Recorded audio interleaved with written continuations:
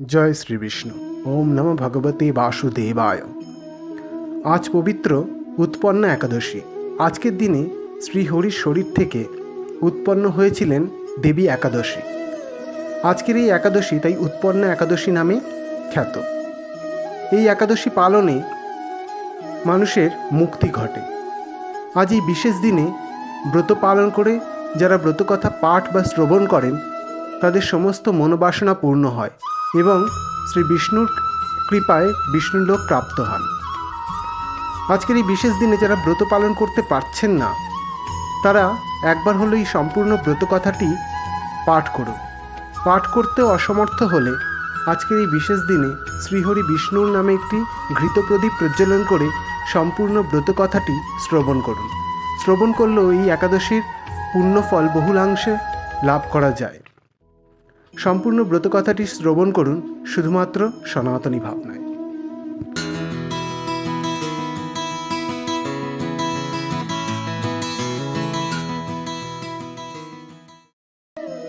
অর্জুন বলিলেন, হে দেব, অগ্রহণের পুণ্যপ্রদায়ী কৃষ্ণপক্ষের একাদশীকে কেন উৎপন্না বলা হয় এবং কী জন্যই বা এই একাদশী পরম পবিত্র ও দেবতাদেরও প্রিয় তা জানতে ইচ্ছা করি।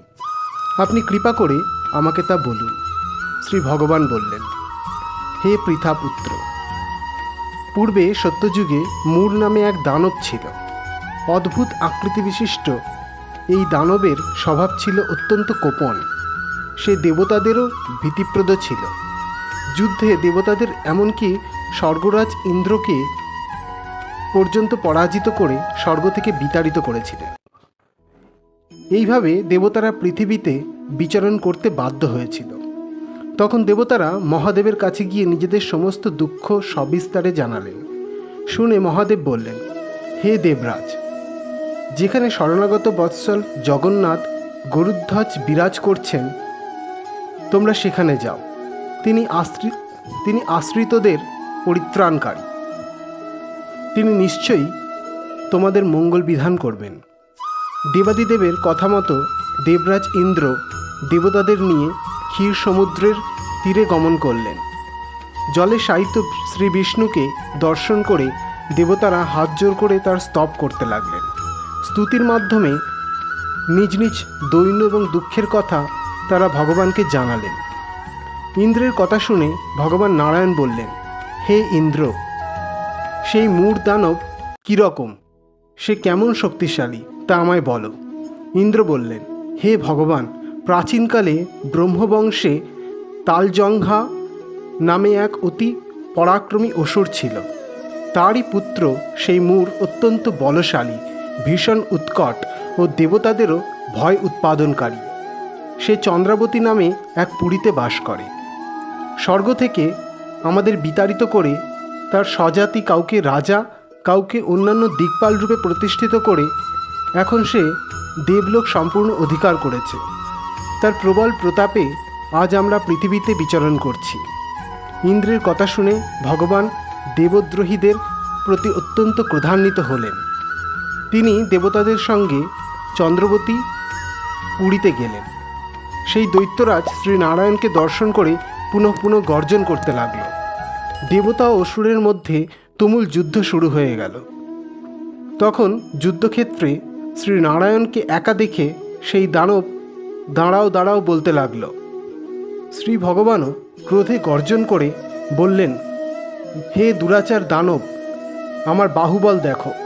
এই বলে অসুর পক্ষীয় সমস্ত যোদ্ধাদের দিব্য বাণের আঘাতে নিহত করতে লাগলেন। তখন তারা প্রাণ ভয়ে নানা দিকে পালাতে শুরু করল। সেই সময় নারায়ণ দৈত্য সৈন্যদের মধ্যে সুদর্শন চক্র নিক্ষেপ করলেন। ফলে সমস্ত সৈন্য ধ্বংসপ্রাপ্ত হল। একমাত্র মূঢ় অসুরই জীবিত থাকল। সে অস্ত্রযুদ্ধে নারায়ণকেও পরাজিত করল। তখন নারায়ণ দৈত্যের সাথে বাহুযুদ্ধে লিপ্ত হলেন। এইভাবে দেবতাদের হিসাবে 1000 বছর যুদ্ধ করেও ভগবান তাকে পরাজিত করতে পারলেন না। তখন শ্রীহরি বিশেষ চিন্তান্বিত হয়ে বদ্রিকা আশ্রমে গমন করলেন। সেখানে সিংহাবতী নামে একটি গুহা আছে। এই গুহাটি একদ্বার বিশিষ্ট এবং 12 যোজন অর্থাৎ 86 মাইল বিস্তৃত। ভগবান বিষ্ণু সেই গুহার মধ্যে শয়ন করলেন। সেই দৈত্য তার পেছন পেছন ধাবিত হয়ে গুহার ভেতরে প্রবেশ করল। সে বিষ্ণুকে নিদ্রিত বুঝতে পারল।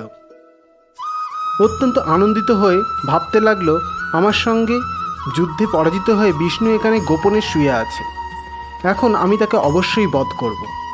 দানবের এইরকম চিন্তার সঙ্গে সঙ্গে শ্রী বিষ্ণুর শরীর থেকে একটি দিব্য কন্যা উৎপন্ন হলেন। সেই কন্যাই উৎপন্না একাদশী। তিনি রূপবতী, সৌভাগ্যশালিনী, দিব্য অস্ত্রশস্ত্র ধারিণী ও বিষ্ণু তেজ সম্ভূতা বলে মহাপরাক্রমশালী ছিলেন।